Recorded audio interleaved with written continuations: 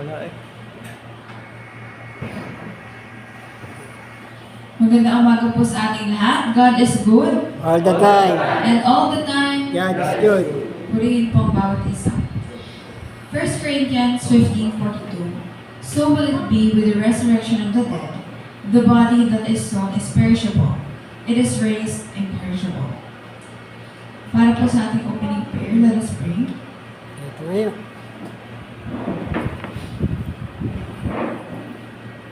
Panginoon, salamat sa pagtitipon mo sa amin bilang isang katawan ng Kristo. Bagamat kami ay may iba't ibang pinagdaraanan nitong nakaraang linggo, pinag-iisa mo kami ngayon sa ilalim ng iyong pag-ibig. Basbasan mo ang bawat isa na maglilingkod, ang mga nasa musika, ang mga tagapagsalita, at ang bawat kapatid na sumasamba. Naway mag-iisang tinig lamang kami sa pagtataas ng iyong pangalan. Hayaan mo ang apoy ng iyong pag-ibig ay mag-alab sa aming mga puso simula sa sandaling ito hanggang sa kami ay makauwi. Purihin ka, Ama, ngayon at magpakailanman. Amen. Maaari na po tayo magsilpo. Patayo na. Tayo na. Tayo na. Tayo ulit. Tayo. Tayo niya. Patatayo.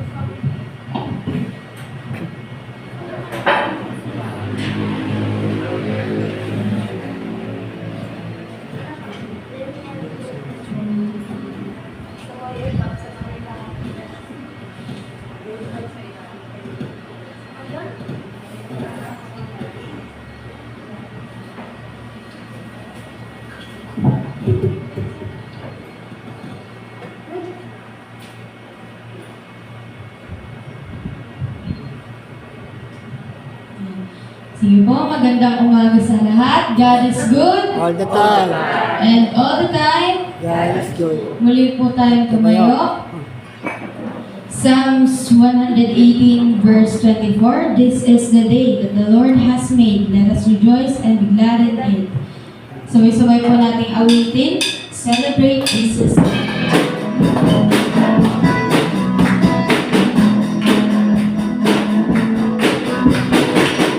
Celebrate Jesus, celebrate. Celebrate Jesus, celebrate. Celebrate Jesus, celebrate. Celebrate Jesus, celebrate.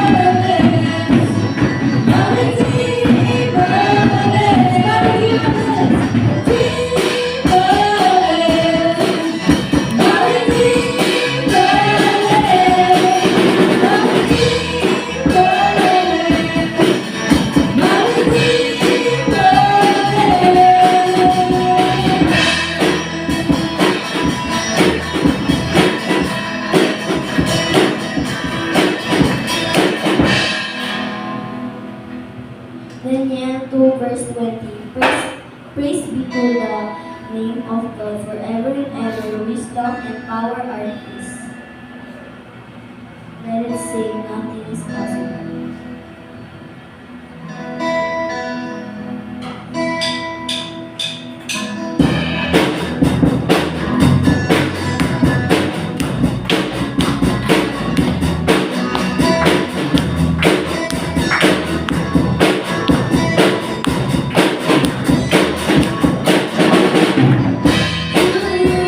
I can do anything.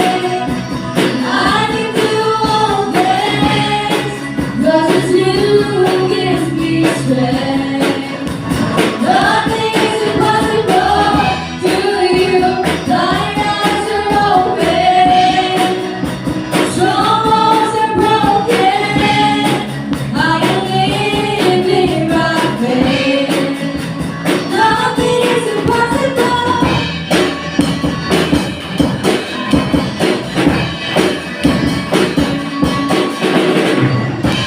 I'm not gonna live by what I see.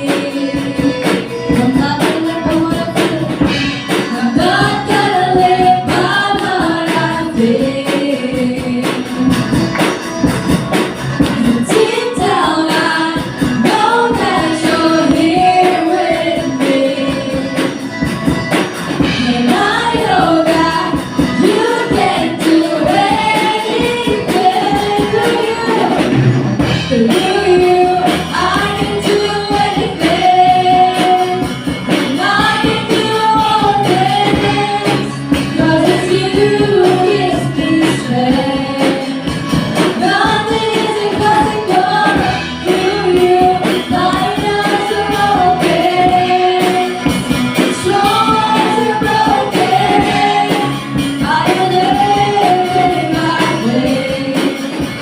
Nothing is impossible. I believe, I believe. I believe, I believe in you. I believe, I believe. And I believe in you. Through you, I can do anything. And I can do all things. Lord, it's you who gives me strength. Nothing is impossible through you. Thine eyes are open. Strongholds are broken. I am living by faith. Nothing is impossible. I believe, I believe. I believe in you. I believe, I believe. I believe in you. I believe, I believe. I believe in you. I believe, I believe. I believe in you. Let us pray. Let the words of my mouth and meditation of my heart be acceptable in your sight, O Lord, my rock and my redeemer. Psalm 19, verse 14. Lord, we are here, we are listening, and we are yours.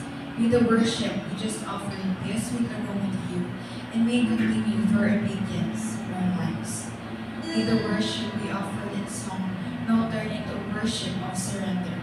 As we move into your word, let our spirits remain bowed before your throne, eager to obey and desperate for more of you. To the King, eternal, immortal, invisible, the only God, be honor and glory forever and ever. Amen.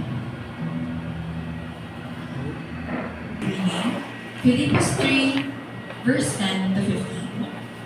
Verse 10, ang tayo-hanarin ko ngayon ay lubusang makilala si Kristo, maranasan ang kapangyarihan ng kanyang muling pagkabuhay, makigbahagi sa kanyang mga paghihirap, at maging katulad niya sa kanyang kamatayan. Masa ako man ay muli mabuhayin mula sa kamatayan. Verse 12, hindi sa nakamtan ko na ang mga bagay na ito, hindi rin sa ako'y naganap na, ngunit sinisikap kong makamtan ang gantimpala sa sapagkat ito ang dahilan kung bakit ako'y tinawag ni Kristo Jesus. Verse 13. Kapatid, hindi ko pinapalagay na nakamit ko na ito. Ngunit sa bagay ang ginagawa ko habang nilimot ko ang nakaraan at sinisikap na marating ang layunin ng nais kong makamtan. Verse 14. Nagpupunagi ako patungo sa hangganan upang makamtan ang kagpipala ng pagkatawag sa akin ng Diyos sa pamamagitan ni Kristo Jesus, ang buhay na nasa langit. Sabay-sabay po tayo. Ganyan ang Ganyan ang dapat dapat maging mag-isip. kaisipan natin mga kabataan sa pananampalataya. Kung hindi ganito ang inyong pag-iisip, ipapaunawa iyan sa inyo ng Diyos. May I call on Brother Romar for opening.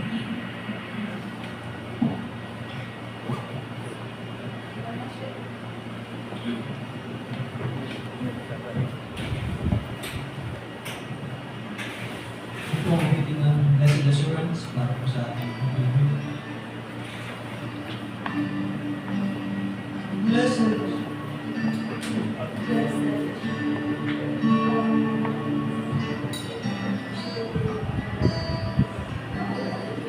Blessed assurance, ready to sing. Blessed assurance, Jesus is mine.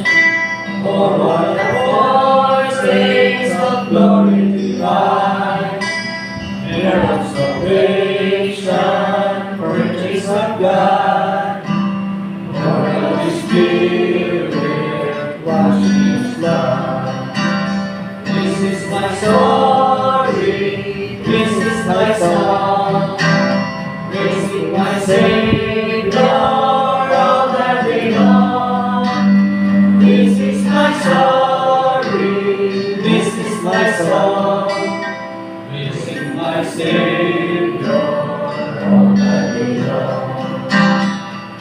Exaltation, perfect delight, visions of rapture, the worst of my sight. Angels descending, bring from above, angels of mercy, whispers of love. This is my story, this is my song, praising my Savior all that day long. This is my story, this is my song, praising my Savior all that day long. Exaltation, glorious advance, I in my Savior, I'm happy and blessed, watching and waiting, looking above, living His goodness, loving His love. This is my story, this is my song, praising my Savior all that day long.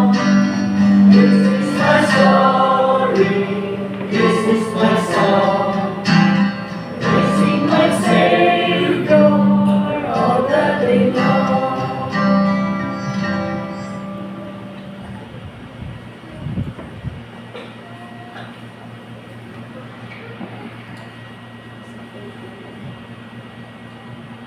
Para naman po sa ating call to worship.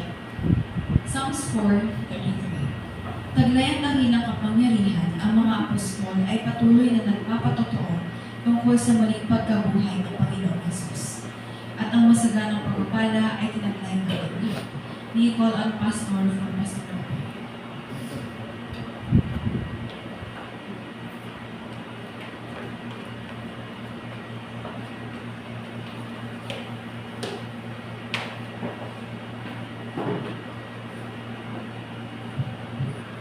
Tayo po ay manalangin.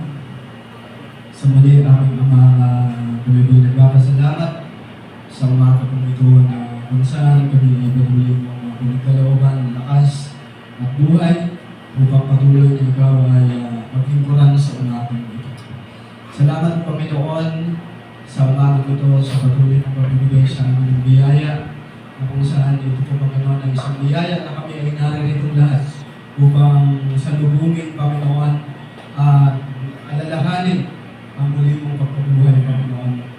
hindi lang sa pagka-Diyos, hindi maging sa pagkabuhay mo sa aming mga buhay o Diyos, na kung saan ikaw ang naglilid sa amin patungo, Panginoon, sa kabanalan, patungo, Panginoon, sa tunay na paglilingkod sa iyo. Maraming salamat sa iyong sakripisyo o Diyos, upang kami ay magkaroon, Panginoon, ng pananagan, upang kami magkaroon, Panginoon, ng kaligtasan, at higit sa lahat kami ay payapa, Panginoon, na naglilingkod sa iyo at mananampalataya na kung saan sa aming buhay, ikaw po ang aming tinataas, dinadakila sa umaga ito. Narito kami lahat upang patuloy na alalahanin ang ginawa ko, Panginoon, para sa amin. Ang pagtutubos, ang paghihirap. Paghihirap ng Panginoon doon sa krus ng Kalbaryo upang kami ay patuloy na magkaroon ng matibay at matatag at totoong relationship sa iyo. Sa umagang ito nawa ay maging karapat-dapat ang puso ng bawat isa. Even Lord, sa mensahe na aming pong tatalakayin, ay patuloy kang kumilos at gumawa sa buhay namin, Panginoon. Na patuloy kaming mapagpala, patuloy kaming ma-bless, Panginoon, patuloy kaming matuto sa iyong mga salita. At higit sa lahat, Panginoon, patuloy kang dumaloy sa aming puso. Ang iyong presensya, Panginoon, ay patuloy namin maranasan. At ang katotohanan siya magbukas sa aming puso at isipan na ikaw ay tunay na Diyos, na ikaw ay tunay na dapat namin paglingkuran at itaas sa aming buhay. Sapagkat ang iyong kadakilaan, ang iyong kapangyarihan, yung pag-ibig sa amin ay walang katulad, walang katapat at walang halagang katumbas, Panginoon, ang ibinayad mo sa aming mga kasalanan. Kaya narito, Panginoon, ang aming buhay, muli namin binibigay sa iyo, Diyos. Muli namin pinagkakalob sa iyo na gamitin mo kami maikuti, Panginoon. Hindi sa ganang sarili namin, kundi ayon sa biyaya mo. Salamat, O Diyos, at kami malakas, may kagalangan at may kasiyahan. At salamat, O Diyos, kami nakarating at nakapunta dito upang muli ay sariwangin sa aming isip at puso ang sakripisyo na iyong ginawa na walang makakapantay, Panginoon. Ito'y nagpapakita ng pag-ibig mo sa amin, nagpapakita ng pagmamahal na higit sa lahat, O Diyos. Maraming salamat sa iyong pag-ibig na bagamat kami, Panginoon, na hindi karapat-dapat, pero minarapat mo kami sa iyong pag-ibig. Muli mo kami binigyan ng pagkakataon, magkaroon, Panginoon, ng relasyon sa iyo. Muli mo kami binigyan, Panginoon, ng pagkakataon na makalapit sa iyo, Panginoon, ng may kaayusan. Bagat kami hindi na dapat, pero salamat sa iyong biyaya na siyang patuloy mong pinagkaloob sa bawat isa. At siyang simbolo ng iyong pagkabuhay ay simbolo rin ang aming pag-asa na ikaw ay totoo at na kami ay, Panginoon, totoo mong iniligtas sa lahat ng aming mga pagkakamali, pagkakasalan. Kaya Lord, sa umagang ito, kung meron ka mang nakikita sa aming galit, tungod, sa manan loob, Panginoon, pawinin mo ito sa aming puso. Palitan mo ito, Panginoon, ng pag-ibig, tunay na pag-ibig, Panginoon, at nawa sa aming mensahe na dadalhin ngayon ay aming makita kung gaano kahalaga at ano ba talaga, Panginoon, ang tunay na pag-ibig. Sa iyo po ang papuri at pasasalamat sa pangalan ng Panginoon Jesus. Amen. Amen. God is good. All the time. And all the time, God is good. God is good. Tunay po na nakakabuti ng ating Panginoon at napakasarap na minsan sa buhay natin ay nagising tayo ng masigla, masaya, hindi sa lahat ay nananamig ang salita ng Panginoon na ating pong tutunghayan sa umagang ito. So, ang title mo ng ating topic ay nagsasabi the truth about love. So, ang scripture po na ating ginamit dyan ay sa Question 3:16. So, inahiyan kung muna kayong tumayo bilang magbibigay galang sa salita ng Diyos na ating pong tutunghayan. At nakalagay din po dyan siguro sa ating TV screen. Babasahin ko po sa Tagalog. Lubos na natin maunawaan. Dito po sa aklat ng 1 John, chapter 3, verse 16. Dito po ay sinasabi sa Tagalog Translation, dito natin makikilala ang tunay na pag-ibig. Inaalay ni Kristo ang kanyang buhay para sa atin.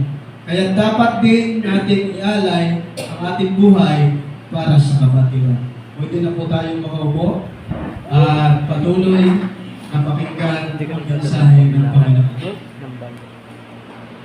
So, dito po natin makikita mga kapatid, no? Simulan natin sa isang tanong na hindi lang pang-isip o kundi pang puso. Ano ba talaga ang tunay na love? No? Dito po natin maintindihan mga kapatid kung ano yung sinasabing love. So sa mundo ngayon, ang daming definition ng love. Sabi dito, love is feeling, love is happiness, love is staying. Pero kung magiging honest tayo, ang love na nakabase lang sa feelings, mabilis din mawala. So yun po yung sabi ng ating introduction. So minsan, even sa pag-asawa, no?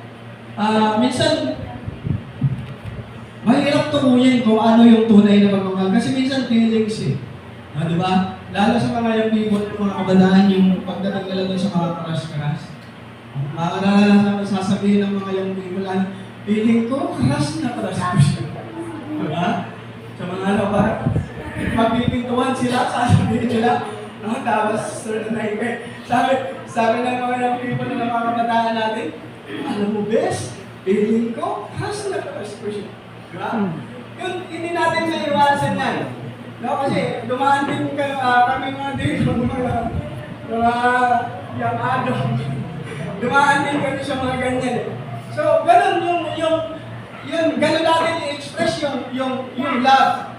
By feeling, kikiligin ka, pag nakita mo, yung crush mo, kikiligin ka, sasabihin mo, ayan na siya, ayan na siya. Hindi natin maintindihan kung saan natin tatapikin yung buhok.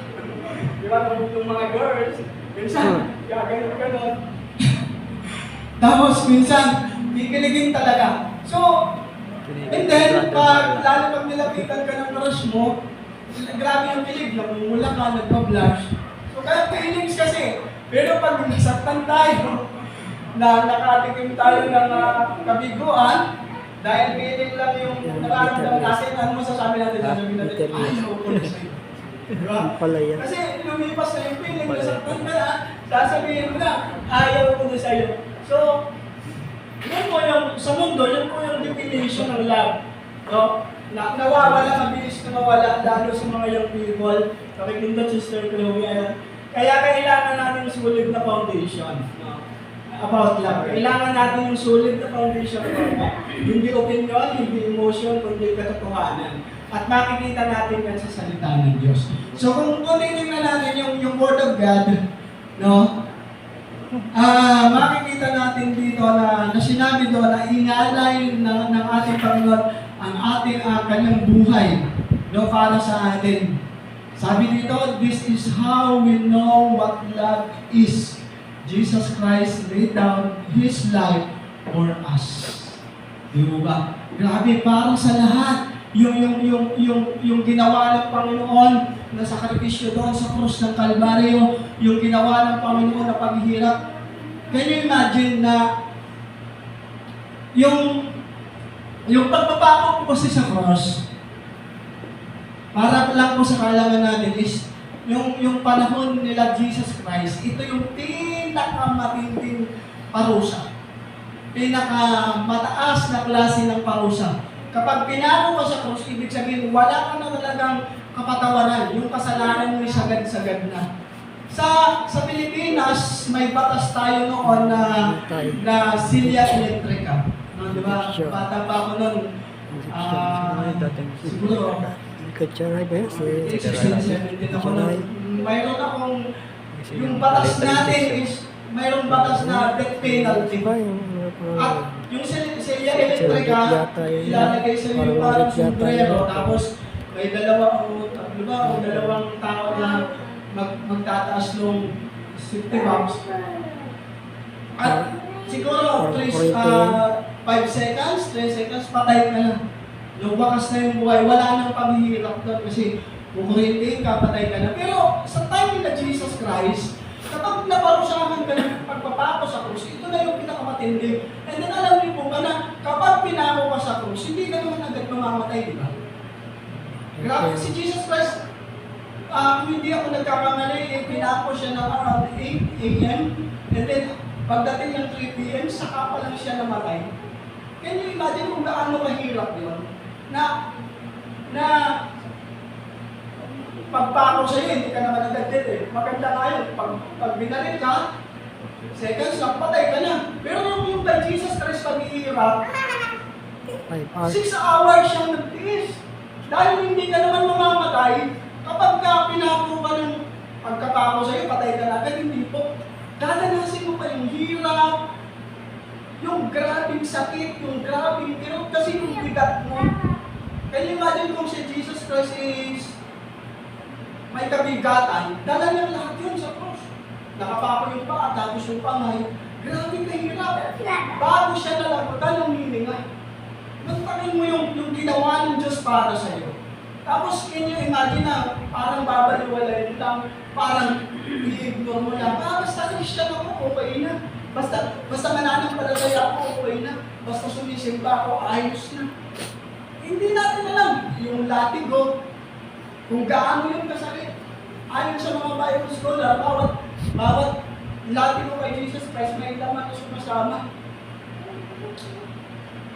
Bawat lapat sa kanya ng latigo paghila, dala yung laman, bubuhatin mo kayong cross na sobrang bigat. And then pagdating mo pa doon sa lugar na yon, ikaw pa yung ipapako sa bibig mong cross. And then putisan na kung mamamatay agad yun eh. Pero hindi, talagang nagdusa siya. Kung makikita natin yung paghihirap ng Panginoon, yung ibinigay ng kanyang buhay para sa akin. And then, can you imagine na parang hindi mo ibibigay yung the best yung sa taong nagbayad ng kasalanan.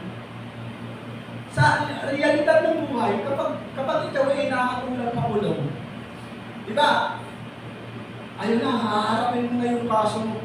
Pero kapag merong isang tao na magbayad ng kasalanan mo, mag-akong yung kasalanan, palalayain ka, at siya magdurusa. Parang ganun ang nangyari kay Jesus Christ.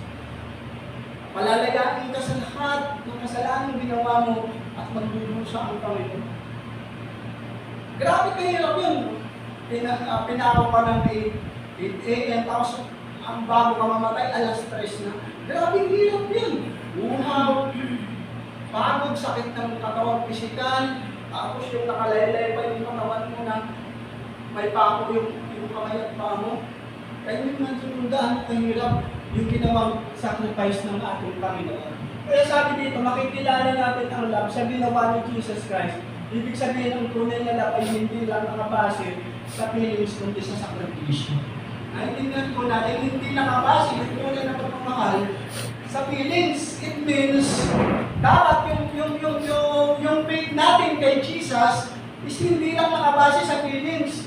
Na kapag masaya ka, mag-worship ka. Kapag okay ka, mag-worship ka. Kapag okay yung kalagayan mo, mag-worship ka. Kapag may mga trials, pag may mga pagsubok, hindi ka na makapag-worship. Sasabihin mo, ang bigat ng dinadala ko, hindi mo na ako mag-church, hindi mo na ako mag-worship kay Lord. Kapatid, kapag mayroong kabigatan, kapag mayroong mga pagsubok na mabibigat, doon mo maipapakita sa Diyos kung gaano mo siya kamahal. Kasi sa kabigatan na yun, sa pagkabigatan ng pagsubok na yun, andun ka nag-worship, tinataas mo yung kamay mo, ibinibigay mo yung kabigatan sa Panginoon. And then ang masakit dito sa mga Christian, kapag nandun na sila sa sitwasyon na napakahirap na, imbis na lumapit sa Panginoon, is nagsasarili na lang sila. Sasabihin, patitipasin ko muna to, saka ako mag-church. By feeling, yung pagiging Christian mo kapatid, hindi mo dapat ibase sa feelings. Dapat nakabase yan sa sakripisyo. Doon mo makikita at mapapagtanto kung gaano mo kamahal ang Panginoon, kung paano ka nagsasacrifice para sa Diyos. Dahil ang sacrifice ng Panginoon, hindi lang 6 hours siyang naghirap para sa iyo, kundi buong sakit ng pisikal, buong sakit ay kanyang tinanggap para lang sa iyo. And then tayo, ano lang yung kaya natin gawin sa Panginoon? Yung time, Yung talent, huwag ka ginamit mo yung oras mo sa Panginoon, blessing yan. Blessing yung maging oras mo dito sa mundo. Kapag yung talent mo, ginamit mo kay Lord, blessing sa'yo dyan kasi makakasar ka. Gagaling at gagaling ka for the glory of God. Gagaling at gagaling ka eh. Pero kalimitan sa Christian, pag magaling na sa church, lumalabas na. Bumakanta na sa labas, nagbubuko ng mga banda sa labas, pero galing sila sa church. Yun yung wag na wag po natin gagawin kasi i-develop tayo ng Diyos nang ayon sa kanyang biyaya para sa kanyang biyaya. Yun po yung tatandaan natin. Tayo ay minold ni Lord para sa kanyang grace, and then yung grace ni Lord ay pinapamusay tayo ng Panginoon para sa kanyang grace. Para yung sinasabi kasi natin, pag yung faith natin by feelings, darating at darating mararamdaman mo, mananawa ka. Mananawa ka.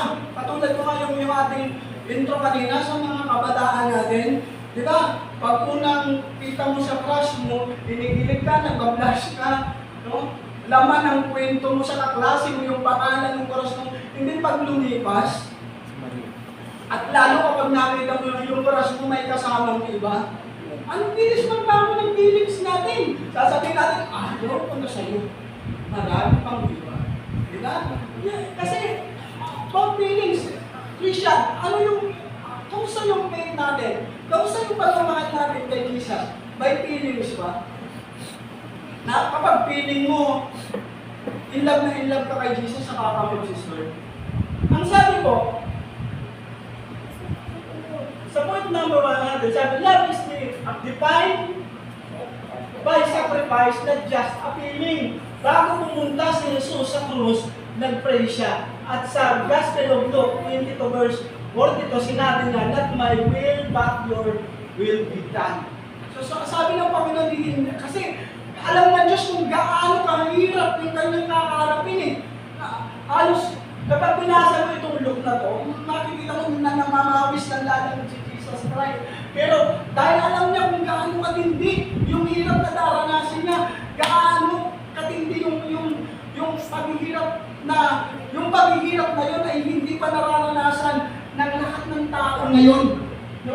Kaya sabi niya dyan, kung maaari lang kami, ang manailayo mo sa akin, itong pagturusang ito, ay gawin mo. Pero, ang sabi ng Panginoon, kung ano yung kalooban mo, yun ang magaganap.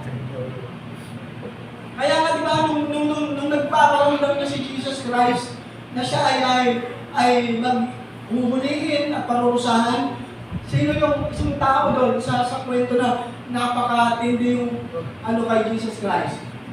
Sabi ni Peter, hindi mangyayari ang Panginoon, ipagtatanggol kita. Sabi ng Panginoon, tandaan mo ito, 3 beses mo ako itatatawa. Hindi mangyayari yan. Sabi niya. At nung nandun na sa sitwasyon na literal, nauuwi na si Jesus, literal ng parurusahan, literal ng binubuyo, iniinsot natin ni Peter, natakot siya. Diba? Hindi niya napanindigan yung sinabi niya, at bawat tilaw ng manok ay tinatanim. May lumapit sa kanya, sabi, diba, guro mo yun? Sabi niya, hindi. At sa kalamang bilao. Hindi ko kilala ang taong yun. And then, pumunta siya sa mga nagtitipon doon.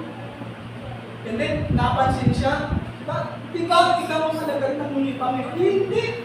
Hanggang 3 beses niya pang itinatwa ang Panginoon. Kasi minsan yung pagka-Christian natin, gano'n eh, matapang lang tayo kung ayos ang kalagayan natin. Wala tayong sakit, wala tayong kung anuman, walang hindrances, walang mga pader na pagdadaanan ng buhay natin. Ayos tayo sa Lord. Lagi tayong presence. Pero, mga kapatid, bawat punta natin sa simbahan, bawat hakbang ng ating mga paa, bawat upo natin sa jeep, bawat upo natin sa sasakyan papunta sa church, nakaredy ba yung puso mo? Ang tanong, yung heart mo ba, nakaredy ba sa presensya ng Diyos? Nakaredy ba sa sacrifice? Nakaredy ba yan na i-worship siya with sacrifice? Kasi yun ang sabi. And then, sabi ng Panginoon, yung kalooban mo yung maganap, hindi madali, hindi siya excited sa sakit, hindi siya comfortable, pero pinili niya pa rin. Yan ang love. Hindi laging madali, pero laging intentional. Bigits mo natin. Intentional yung pagmamahal. Kaya minsan, sa mga mag-asawa, minsan, yung pagmamahal, dyan mo masusukat yan kapag nasa paghihirap na kayo. Kapag nandoon na kayo sa sitwasyon na parang hirap ka na, wala ka ng matakbuhan at nag-stay ka doon sa mahal, sa taong nasa tabi mo, tiyak na mahal ka. May mga tao, may isang kwento, may isang mayaman na mag-asawa, lahat ay nasa kanila na mayaman sila, halos lahat ng mga tao pinatulugan sila. Kasi makikita sa kanila yung good relationship, makikita sa kanila yung magandang pagpaplano ng family, hindi, masaya sila. Hindi dumating sa point na sinubok itong mag-asawang ito. Nagkasakit ng cancer yung lalaki. Nagkasakit yung cancer. Nagka-cancer siya, and then, unti-unting nag-iba yung takbo ng kanilang family. Hindi dumating sa point na naka-wheelchair na lang yung lalaki. Umayat, kumangit, and then, hindi nakamba yung mga tao nakapaligid sa kanila. Sabi ng mga tao, mga kamag-anak ng lalaki, andyan na yung asawa niya. Kita naman natin kung gaano sila ka-sweet, kita naman natin kung gaano sila ka-devoted. And then, napansin nila, unti-unting nagbago yung senaryo sa buhay nila. Yung babae, nung nakita niya na parang wala nang PWD na yung kanyang asawa, siyempre mayaman, makinis, maganda, may nagligaw. Hindi ko pa yung asawa niya, nagkaroon na siya ng interrelationship. At doon nakita nila, sabi ng mga nakapaligid sa kanila, akala ba namin totoong nagmamahalan sila? Pero bakit sa gitna ng paghihirap, iniiwan natin? Iniiwan pala yung asawa. So nakikita natin dito na hindi lang dapat natin ipakita na okay tayo. No? Yung relationship natin bilang mag-asawa, dapat hindi lang sa sarap tayo nagsasama. Kasi nung ikinasal kayo o tayo, merong sinabi yung nagkasal natin, sa hirap at ginhawa, kayo ay magsasama. And then ang karamihan sa mundo natin, kapag ang nangyari ay maghihirap na, minsan nawawasak yung family. Ay, bahala na siya dyan, bahala na. Pabigat na lang yung asawa ko, kaya iniiwan. So, hindi mo ganon ang pagmamahal na itinuturo ni Jesus Christ. Sabi dito, mga kapatid, ito ang reality. Hindi mo kailangan mapil para magmahal. Minsan, pipiliin mo lang. No, ano kung ibig sabihin ako? Pinili mo siya, kaya kahit ano siya, tatanggapin mo siya.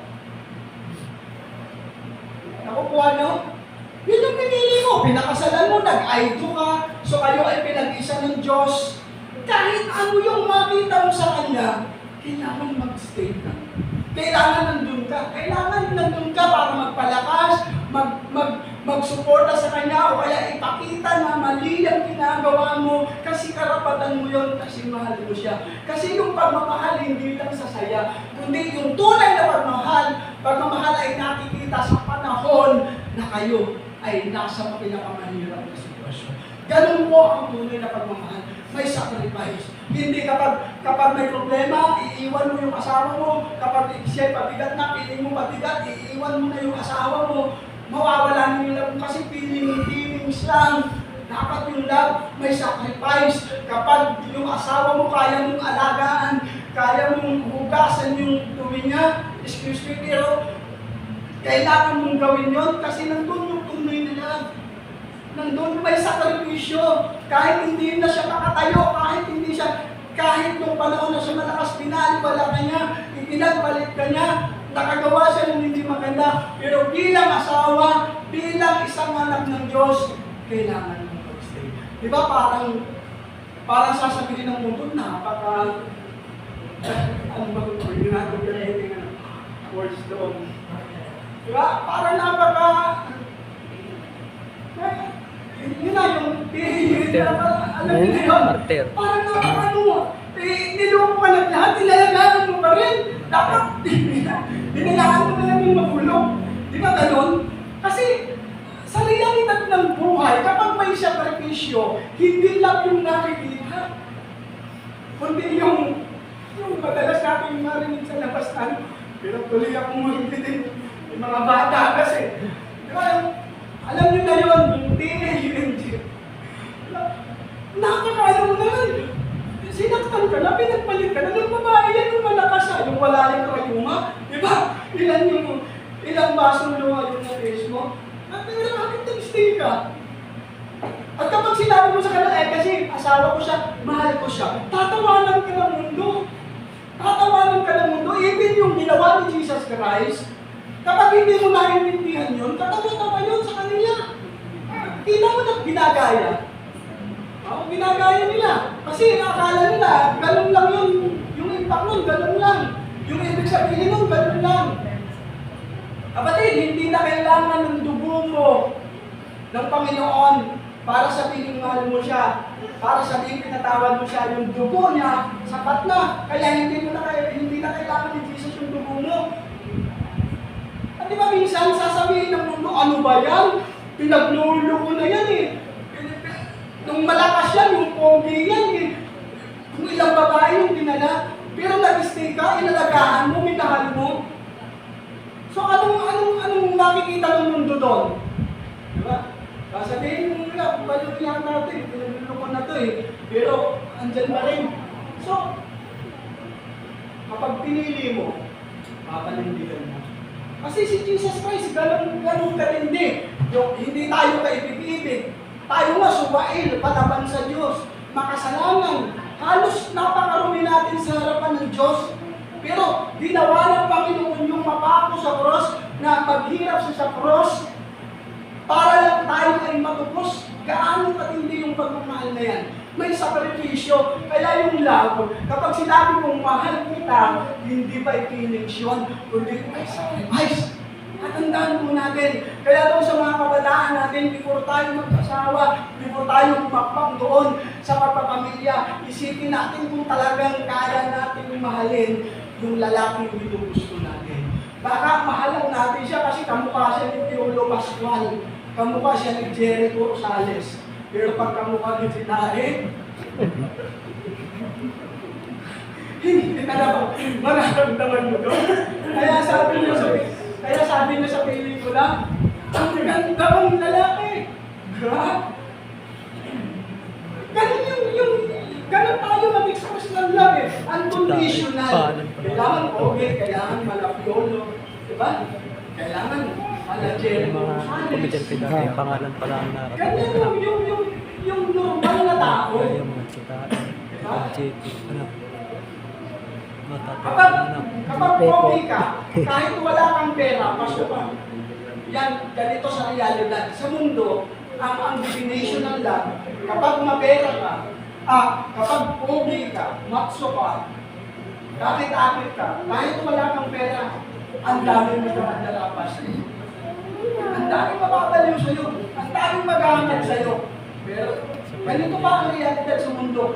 Kahit hindi ka nagbabuhan, kapag may pera ka, maraming kayaman ka ba ni Basta, hahabulin ka ba rin? Ganun yung mundo. Pero sa principle ng Bible, sa principle ng ating Panginoon, kahit sino ka pa, kahit hindi ka mayaman, kahit mukha kang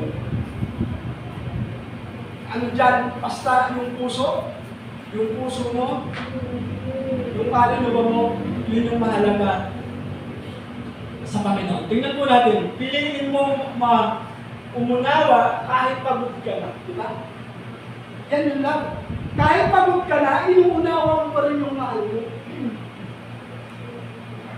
Pinipilit mo pa rin sumaya siya sa piling mo.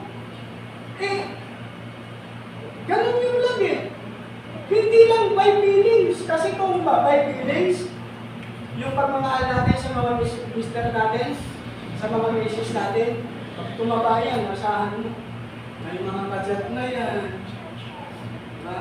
Kasi by feelings lang. And then, pero kung yung pagmamahal natin is by sacrifice, uunawain mo siya kahit pagod na pagod ka na. Kaya, palakpakan natin yung mga misis na nagtsatsaga sa mga asawa natin kahit pagod na pagod na. Palakpakan natin sila sa Panginoon. Diba? Pag ganun yung nag-stay ka, pagod na pagod ka na sa kalukuhan yun, pero nandun ka pa rin, yun yung love. Andun ka sa gitna ng masalimuot na pangyayari. Ito sabi dito, tingnan nyo mga kapatid, piliin mo umunawa kahit pagod ka na, piliin mo magpatawad kahit masakit pa, piliin mo manatili kahit gusto mo nang umalis. Yan po yung prinsipyo ng Bible. Yan po yung pinapakitang love ng Panginoon, yung tunay na pagmamahal kahit pagod ka na, piliin mo magpatawad kahit masakit. Ayan, and then, piliin mo manatili kaysa umalis kung gusto mo nang umalis. Kahit parang gusto mo nang umalis. Kaya minsan mga kapatid, dito talaga natin masusubok. Kahit sobrang pagod na tayo, kahit masakit, magpatawad pa rin tayo. Kasi yun yung realidad. Sabi dito, because real love is not just something you feel, it is something you choose. Magpili. Kaya alam niyo ba? Pinili tayo ng Diyos na ibigin kahit hindi tayo karapat-dapat. Yung love, hindi siya dahil pili mo lang, kundi ito yung pinili mo. Siya yung pinili mo pakasalan. Siya yung pinili mo. Siya yung pinag-aiduan mo, kaya kahit gaano kahirap, parang gusto mo lang iwan, parang gusto mo lang umalis, pero dahil totoo yung love mo, makakapagtsaga.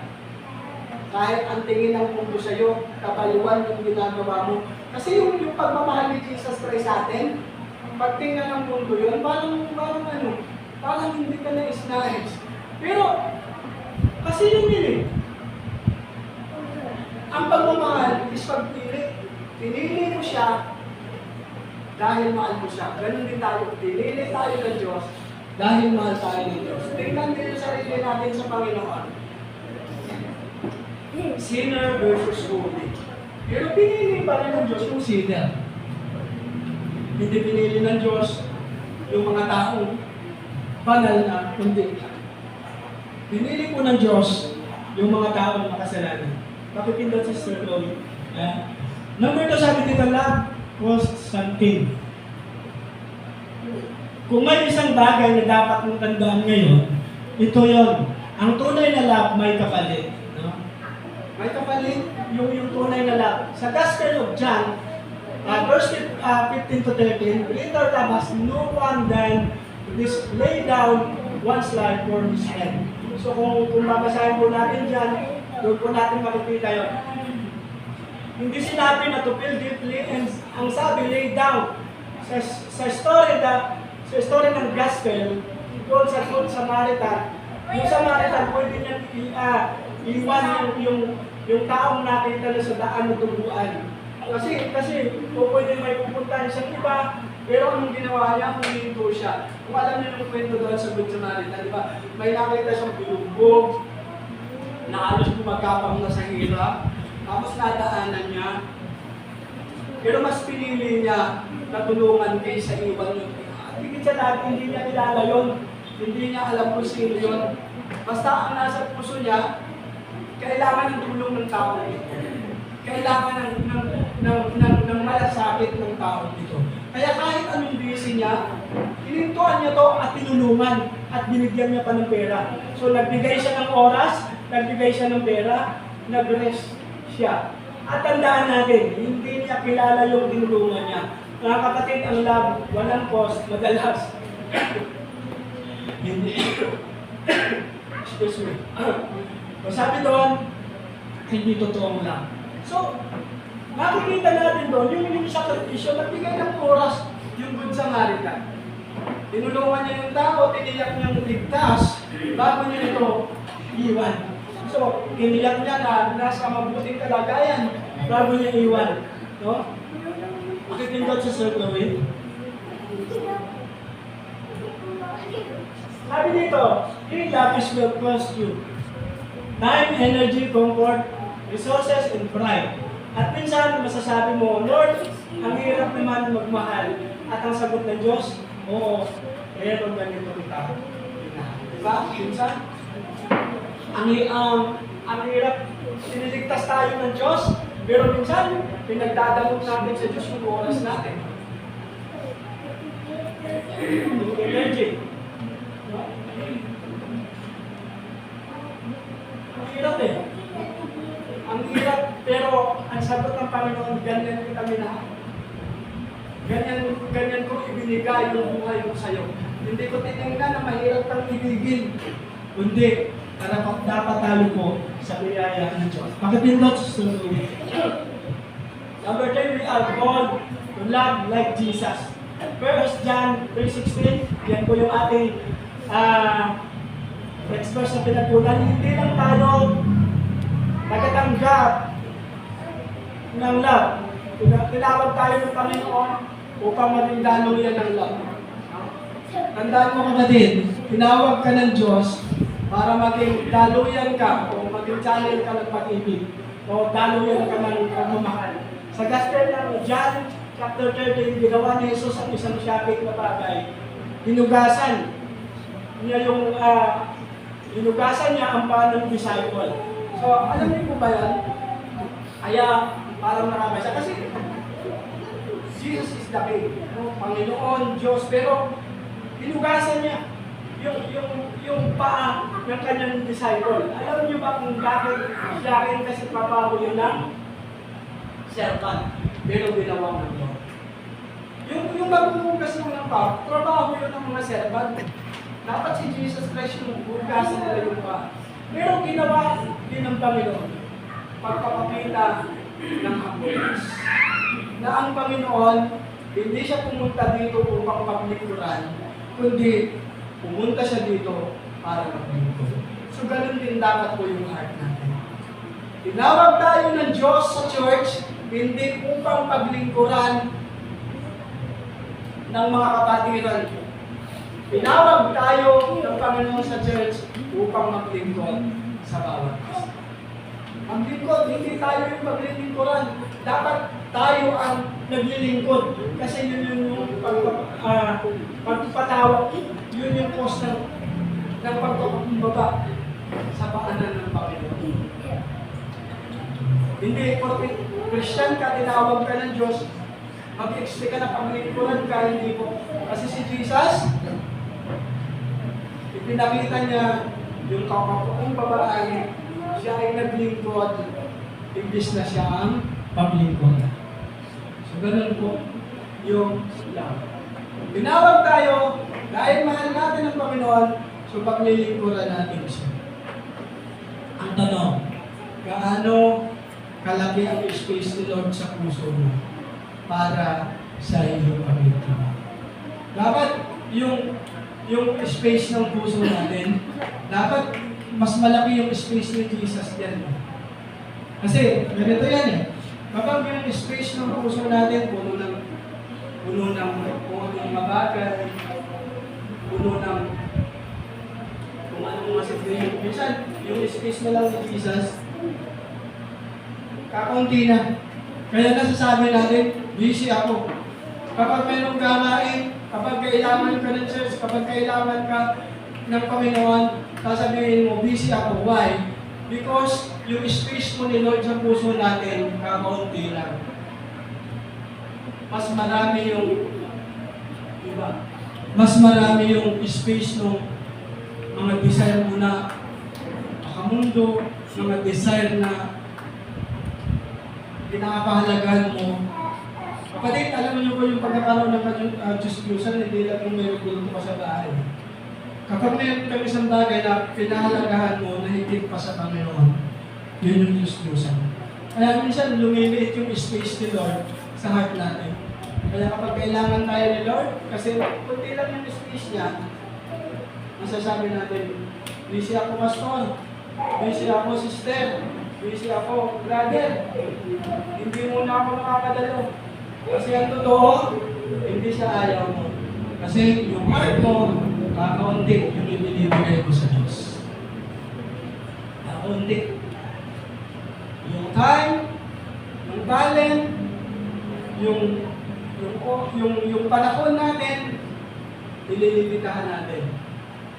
Kasi nakakaramdam na tayo ng sobrang pagod, kasi mas binibigyan natin pansin ng higit sa Panginoon yung mga material na bagay. Kaya minsan mapapansin mo, kaya hindi yan sa ayaw mo talaga sa totoo. Mga kapatid, dahil sinubuksan ko yung isipan nyo at puso nyo, hindi yan sa ayaw nyo mag-serve. Ang totoo, minsan, kaya nagagawa natin tanggihan at baliwalain yung gawain. Kasi yung space ni Lord sa heart natin is kakaunti lang ng sakot niya. Kakaunti lang. Natatandaan nyo naman, sino nakaabot ng cellphone na 3310. Naabutan nyo yung 3310, yung kahit iba ko ako pa rin. Kahit malasing na dati, nung may bisyo pa ako, yung cellphone ko na 3310, nilalagay ko yun sa kalsada, tapos sinisipa na ang layo ng touch, pero pag tingin pa rin natin, full brand pa rin. Buo pa rin. Kahit medyo basag na, buo pa rin ang tibay yung cellphone na yun. Yung 3310. Di ba pag napupuno yun, ano yung lumalabas?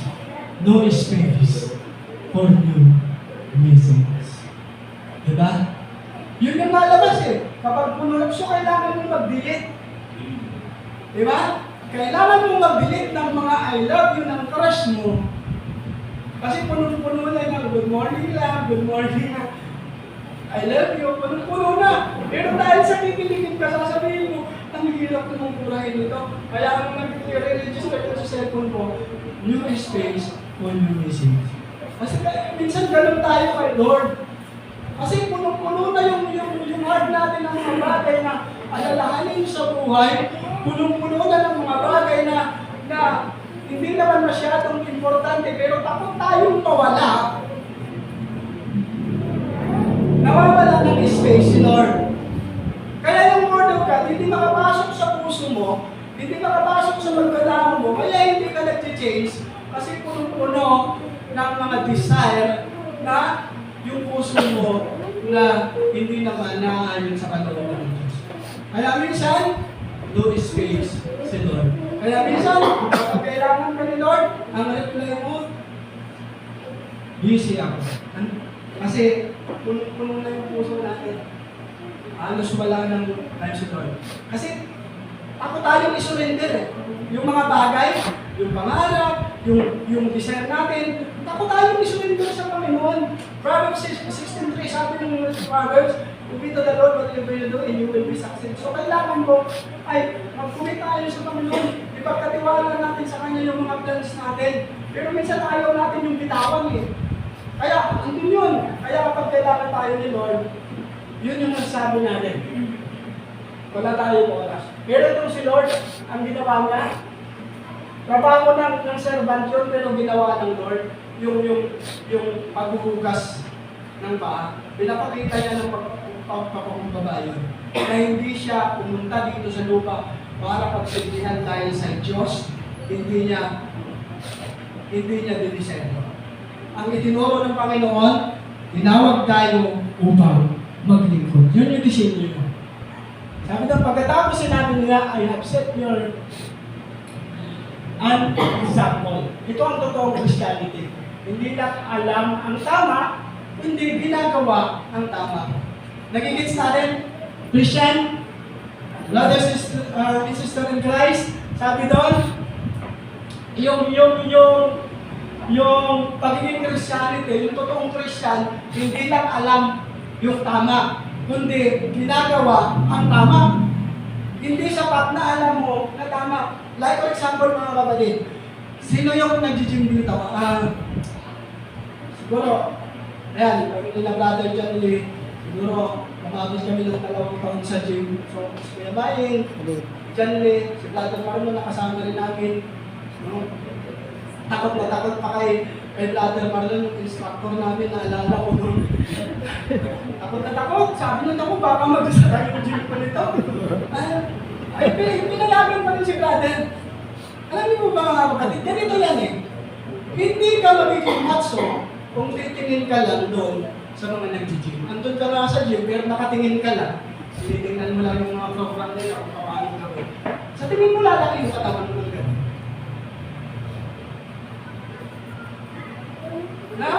Nakukuha niyo yung point ko. Kapag nasa gym ka, tapos nanonood ka lang ng mga nag-gym, hindi ka naman magiging macho. Kailangan mong gawin yung ginagawa nila para magkamasel. Para maging fit ka. Ganun din yung sinasabi ng Panginoon dito. Hindi sapat na alam mong tama, kailangan ginagawa mo yung tama. Alam mo na tama na i-worship si Lord, pero uma-absent ka. Alam mo kailangan ka ni Lord, pero busy ka. Alam mo mali yun, pero ba't mo ginagawa? Diba? Kapag alam mo tamang i-worship si Lord, dapat gawin mo yung tamang pag-worship. Kapag alam mo tama na paglingkuran si Lord, dapat alam mo yung tamang paglilingkod. Like sa gym nga, mga kapatid, no? Hindi ka naman magiging, hindi ka magkaka-abs, hindi ka magkaka-muscle, kung hindi mo gagawin, kung hindi ka maghihirap, kung hindi mo bubuhatin yung mga bakal doon, kung manunood ka lang sa tingin mo, kahit abutin ka ng ilang taon, hindi mo magbabago yung katawan mo kung manunood ka lang. Pero kung ginagawa mo yung proper, magugulat ka, magiging macho. Kasi ginagawa mo yung tama. Ganun din sa Christianity, mga kapatid. Sabi dito, love looks like servant kahit walang nakakakita. Serving kahit walang nakakakita. Staying kind kahit hindi ka nakatulong tama. Sabi na ako ng konti Loving ng people team. na hindi lovable. No? Tingnan niyo po yung tunay na definition ng love. Parang kung titingnan mo talaga sa realidad ng mundo, parang ano eh. Hirapan ka siya kung gumamit ka na nun. Hindi mo ng words eh. Di ba? Alam mo yun? Tingnan nyo. Siyempre kahit walang nakakakita, ay mostly sa realidad ng mundo to, kailangan makita ang masipag ka bago ka umangat sa trabaho. Amen? Kailangan makita ang maabilidad ka para sa mga young people natin na nag-graduate, congratulations, darating sa point magtatrabaho kayo. Pero kailangan nyo talagang ipakita sa boss nyo na masipag kayo. Pero ang principle ng Bible, kahit walang nakakakita, gawin mo. Kahit hindi maganda yung trato sa'yo, mag-stay ka. Diba? Kaya sa church, kahit may mga problema, kahit may mga tao ayaw sa'yo, mag-stay ka. Kasi kay Lord ka naglilingkod, hindi sa mga tao. Huwag mong pansinin, kahit na may mga taong ayaw sa'yo, kahit na may mga taong hindi na-bless sa'yo, kasi hindi tama yung puso, layaan mo sila. At ang pinakamalapit dito, sabi dito sa pangatlo, loving people na hindi lovable. Di ba? Ay ang prinsipyo ng mundo. May mga tao na ang prinsipyo nila, may maririnig ka na ang ugali ko ay nakabase kung paano mo, kung ano yung ugali mo, doon nakabase yung pabaitan mo. So, ibig sabihin, kapag masama yung pinakita mo, masama rin yung ipapakita niya, yun yung realidad. Pero tingnan mo yung sabi ng Bible, tingnan mo yung definition ng love to Jesus.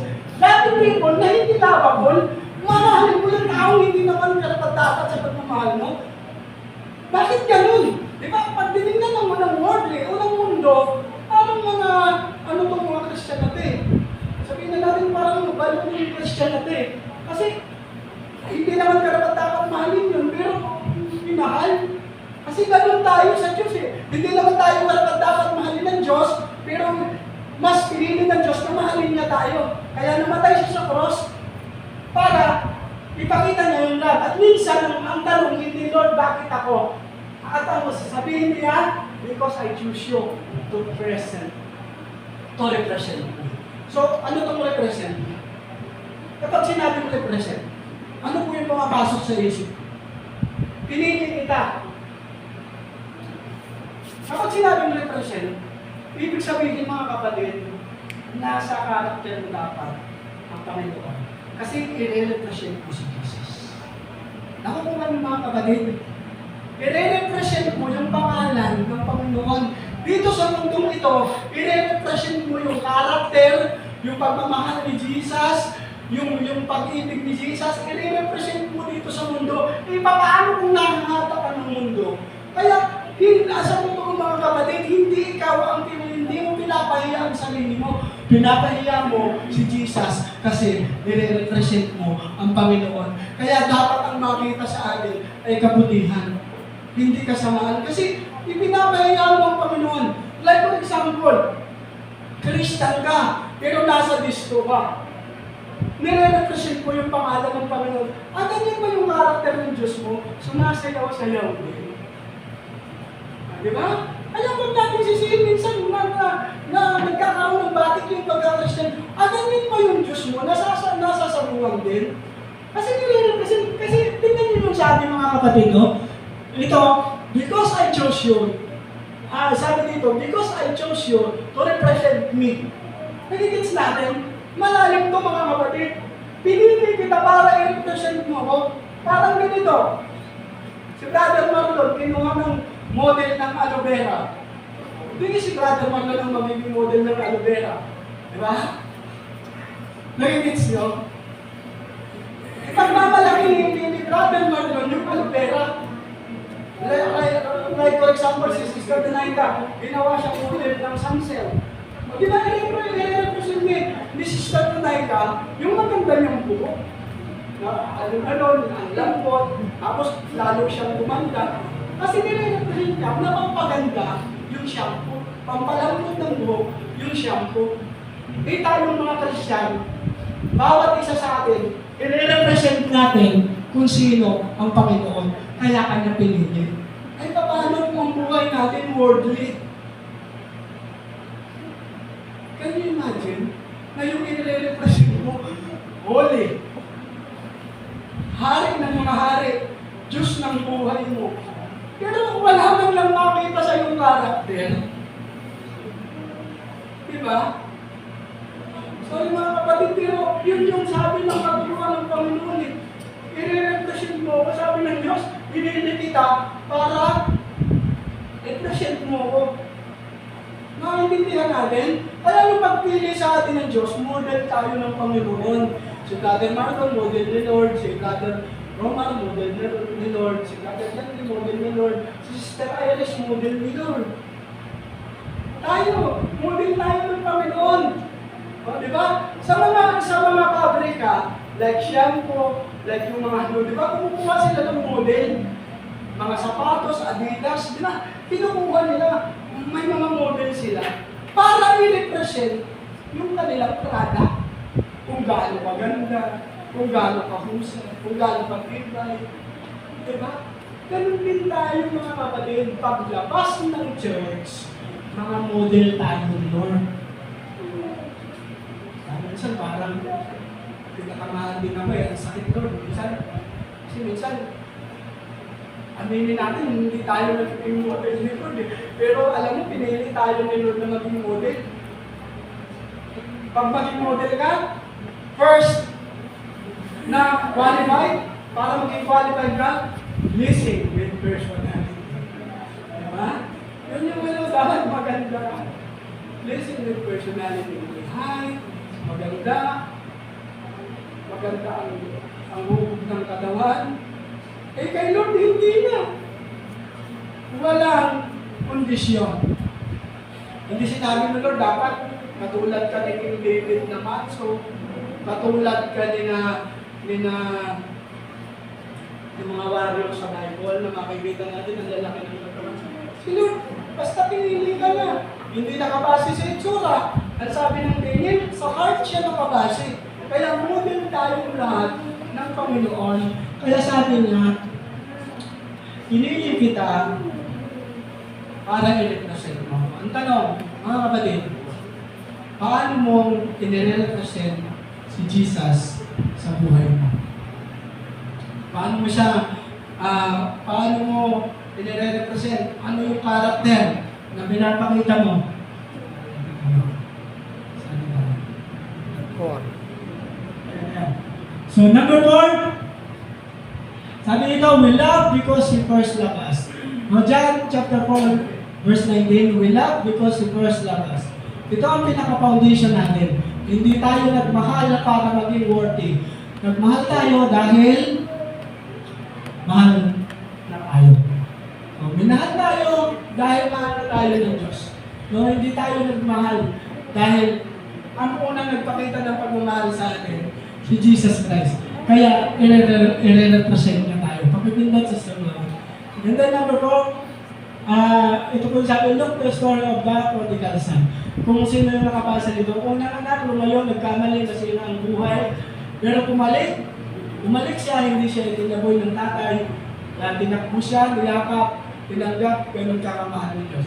Doon sa prodigal son, di ba, simula pagkabata, naririnig natin ang kwento mo. Di ba, hiningi na yung kayamanan niya sa kanyang amang-ari. So, sabi niya, amang-ari, ibigay mo na sa akin ang lahat ng aking mamanahin. At bahala na ako. Binigay.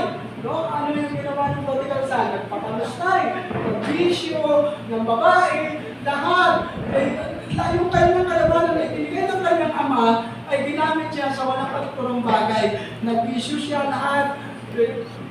Inano niya, tinikman niya, nagpakalasing, ng babae, lahat. Hanggang tumating sa point na ubos na yung pera niya, at ang pinakadulo, siya ay kumain ng pagkain ng baboy, naghirap siya, kasi yun yung bunga ng kanyang kapabayaan, yung hindi niya pagpapahalaga sa kayamanan na binigay sa kanya, inustay niya, inubos niya, hindi napag-isip niya, sabi niya, na-realize niya, sabi niya, sa bahay ng aking ama, ang daming pagkain, hindi ako naging ganito. Kaya, babalik ako. So yung bumalik yung prodigal son, ano yung nangyari? Di ba? Hindi siya itinapoy ng kanyang tatay na hindi niya sinabi na, uy, umalis ka! Ikaw na alimugang anak ka, sumayaan na ka, umalis ka! O hindi ka na kailangan namin dito. Ano yung ginawa? Kahit minusta yung wala, tinanggap siya, niyakap siya ng patakbo ng kanyang mangunari. At ang sabi ng kanyang mangunari, magsiselebrate tayo kasi bumalik ang aking anak na nawala pero ngayon ay nandito na. So nag-celebrate sila doon. Nagsaya. So ganun po. Yung isang taong makasalanan na tinupos ng Diyos na bumalik sa Panginoon, naglingkod sa Panginoon, libo-libong anghel. At sabi sa Bible, libo-libong anghel yung nagsasaya sa isang kaluluwang umapalag sa Diyos. So ganun tayo eh. Tayo'y sumain, tayo'y namuhay ng sarili natin, pero nung tayo po ay bumalik sa Panginoon, niyakap tayo ng Diyos, minahal tayo ng Diyos. So, ganun tayo kamahal. Kapag hindi naintindihan mo ang laro ng Diyos, hindi madaling maubos, hindi ka madaling mapagod, magmahal, hindi ka madaling sumuko sa tao. Kasi hindi ka na nagmahal mula sa tao. Kakulangan, nagmahal ka mula sa Kasain kasalanan. yung ganito, balik ka. No? Yung pag-ibig natin, nagmahal tayo, hindi tayo sa kulang, kundi doon po sa kasaganaan ng pag-ibig sa atin ng Panginoon. Sa akin, ayun, Anong gusto mo? tinay po yung ating application na taga-application sa sinungaling ngayon. May upuan. So natin doon sa conclusion, love that can be seen and felt. Mga kapatid, ito yung calling natin. Hindi lang magsalita tungkol sa love, hindi ipakita ito. Sa bahay, sa trabaho, sa kaibigan, kahit sa taong mahirap mahalin. Nag-gets natin. Ipakita ito sa bahay. Ipakita natin sa bahay. Wag yung, sino yung naka-experience ito na humingi ka na ng sorry, na humingi ka na ng tawag, pero hindi pa rin nagbago. Ako na inaalala yung mga kasamaan na ginawa sa iyo. No? Dapat pinapalayan natin yung sarili natin doon para maintindihan natin yung love. Kasi kapag namatay ka mo may sakit, may sama ng loob, may galit, hindi ako hahatol pero hindi ko alam kung anong magiging kondisyon ng Panginoon sa atin. Kasi ayaw ng Diyos na nandun pa rin yung galit sa atin. Kapag nag-sorry yung tao, tanggapin natin. Kasi sabi dito, kahit sa taong mahirap mahalin, mamahalin mo siya.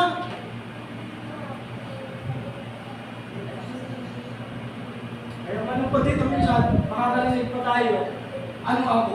Diyos, di ba? Ganun yung tao, ibig sabihin, puno talaga siya ng galit at yun yung magpapahirap sa kanya. Kasi as a Christian, ito yung gustong sundin natin, yung klase ng pagmamahal ni Jesus Christ. Ito dapat yung maging prinsipyo natin, yung karakter at uri ng pagmamahal ni Jesus sa atin. Kaya walang hindi mahirap magpatawad, no? Kaya hindi mahirap pakawalan ng galit. Sa biyaya lang po ng Diyos. So sana po ay naintindihan natin, sana po ay nabuhay, no, yung ating tunay na pag-ibig sa Panginoon sa mensahe mo. No, sana po kung ang inaalala natin ay ang pagkabuhay ng Panginoon sa araw na ito, pero sa araw na ito, sana nabuhay yung tunay na pag-ibig mo sa Diyos at sa lahat ng tao. Yan po yung ating motivation. Yan po yung ating dapat sundin as a Christian. As a believers of Christ, yun yung klaseng pagmamahal dapat ang mayroon tayo.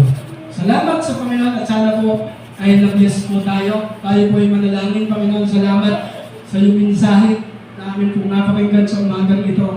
Nawa ay nabuhay po ang aming tunay na pag-ibig sa iyo at nakita namin na ang pag-ibig pala Panginoon ay hindi lang feelings kundi dapat may sakripisyo. Maraming salamat Panginoon sa mensaheng ibinigay mo sa amin at talagang natuto kami. Talaga Panginoon na bless kami Lord God. Maybe Lord ang iyong lingkod ay napagbalak ng iyong mga salita. At nawa, ito'y patuloy namin maging prinsipyo sa pamamagitan ng pag-ibig mo Panginoon. Ang maging prinsipyo namin ay ang prinsipyo mo na kahit hindi lovable pero kailangan mahalin Panginoon. Dahil yun yung disenyo ng Panginoon. Patuloy naman na mabuhay ang pag-ibig mo sa amin. At patuloy na mai-represent namin ikaw na may kabanalan at may kaayos ng Diyos. Salamat po sa iyong mensahe. Ito po ang dalangin sa pangalan ng Panginoong Jesus. Amen. Amen. So, dadako po tayo sa ating pagbibigay at sabihin niya po ata ang ating mga pibo. Gusto mo kayo may ipuan. Ang iba. Lagyan mo ng hollow block. Ano? O kaya bro, lagyan mo ng bangkay.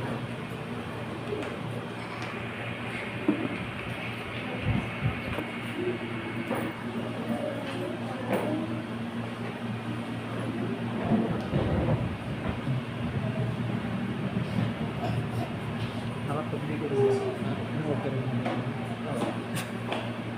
Mamaya mo din.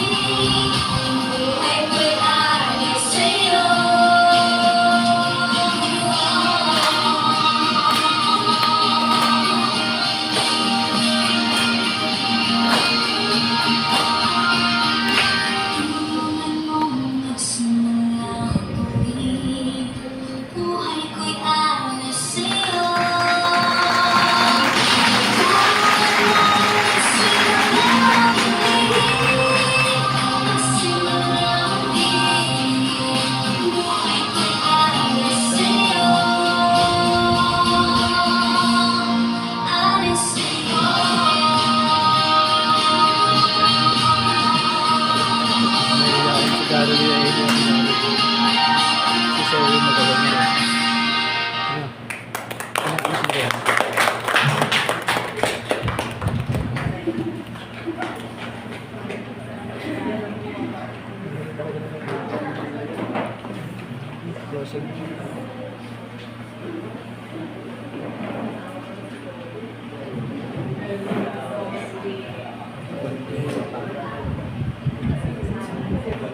po yung mga sa pala, may pinakailang at pinag-loko sa ating bukas na rin.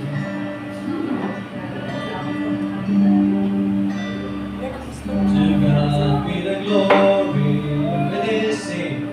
To God be the glory, great things He has done.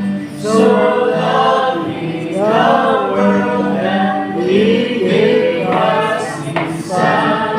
To give that His life atonement for sin, and open the life in that only good will.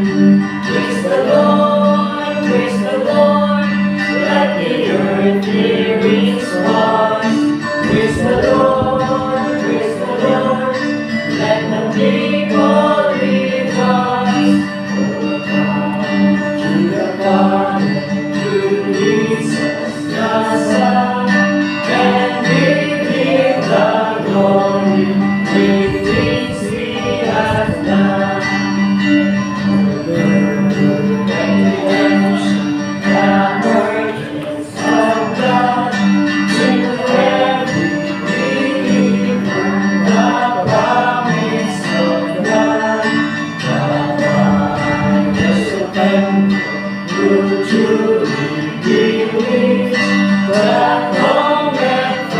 Jesus, our God we sing.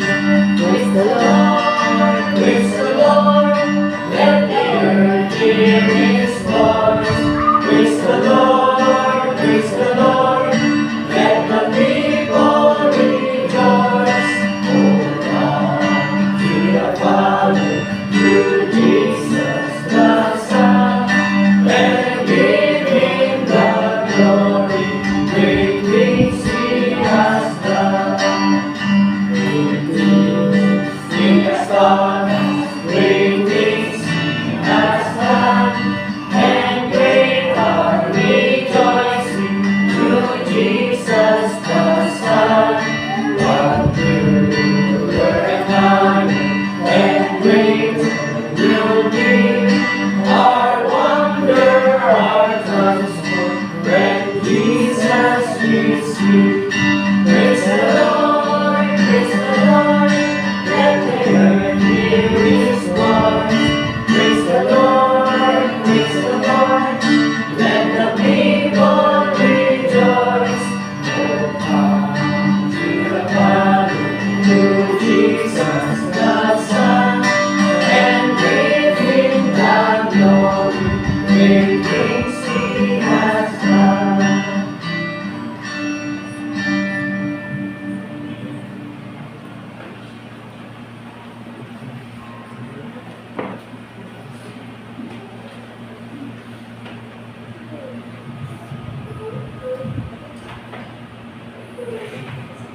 Ano para sa ating po announcement. So, balik na po tayo sa Sunday sa regular na oras po natin ang ating po pananambahan. And then yung ating po Sunday school ay nagpapatuloy din. So, sa Sunday, may Sunday school na po tayo. And then yung ating po prayer meeting, balik na po ulit. No? Bali Friday po yung prayer meeting natin. Kasi nilipat po namin ng Friday kasi si Brother John ay walang pasok ng Friday. Pati yung ating mga Bible study po ay tuloy pa rin. So, schedule po natin yung Brother JR sa Saturday. So, available kayo. Sa Saturday.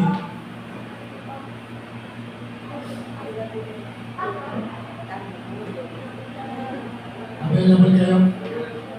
Sige. So, doon po, tayo na Brother JR sa Saturday.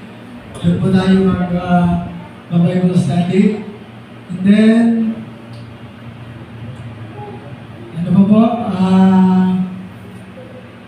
So yun, patuloy po tayo mag-pray sa ating pong mga gawain na sisimulan.